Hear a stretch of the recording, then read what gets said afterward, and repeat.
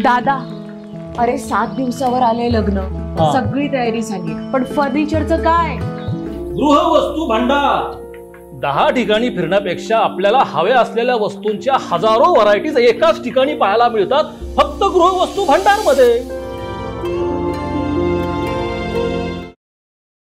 संगमनेर तालुक्यासह पठार भागामध्ये वर्षानुवर्षांपासून दुष्काळाची परिस्थिती पाहायला मिळते। उन्हाळा लागला की गावोगावी आणि वाड्या वस्त्यांवर पिण्याच्या पाण्याचे टँकर पाहायला मिळतात। त्यामुळे संगमनेर तालुका हा पाणी टंचाईतून कधी मुक्त होईल असा सवाल सर्वसामान्य नागरिक विचारतायत। मे महिन्यामध्ये संगमनेर तालुक्यात 25 टँकरद्वारे 33 गावं आणि 16 गावठाणांसह 107 वाड्यांना पाणी पुरवठा केला जातोय।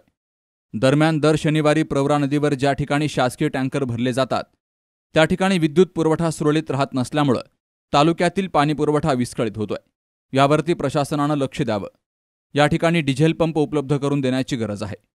तालुक्यातील जवळपास 48,348 लोकसंख्येला 25 टँकरद्वारे पाणी पुरवठा होत असल्याची माहिती गटविकास अधिकारी अनिल नागणे आणि टंचाई कक्ष प्रमुख संजय आरगडे यांनी दिली।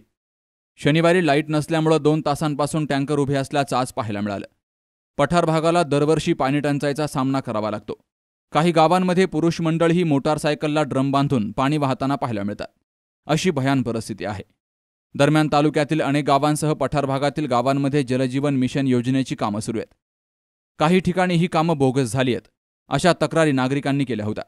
मात्र आजच्या परिस्थितीला जलजीवन मिशन योजनेची कामं अतिशय धीम्या गतीनं सुरू आहेत। ही कामं चांगल्या दर्जाची झाली तर 100% गावगावचा पिण्याच्या पाण्याचा प्रश्न सुटणार आहे।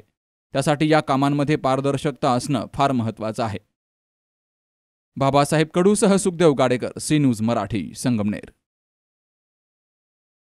सुनबाई, आजही चहा काल सारखाच बनव। अगं, कोणती नवीन चहापत्ती आणली आहेस का? काय ग, कालच्या चहाचं रहस्य काय आहे? प्रत्येक चांगल्या चहासाठी आवश्यक आहे राजहंस दूध। चहापत्ती तीच, फक्त दूध नवीन। तुम्ही फक्त दूध बदला, राजहंस दूध आणा आणि असा मस्त चहा बनवा।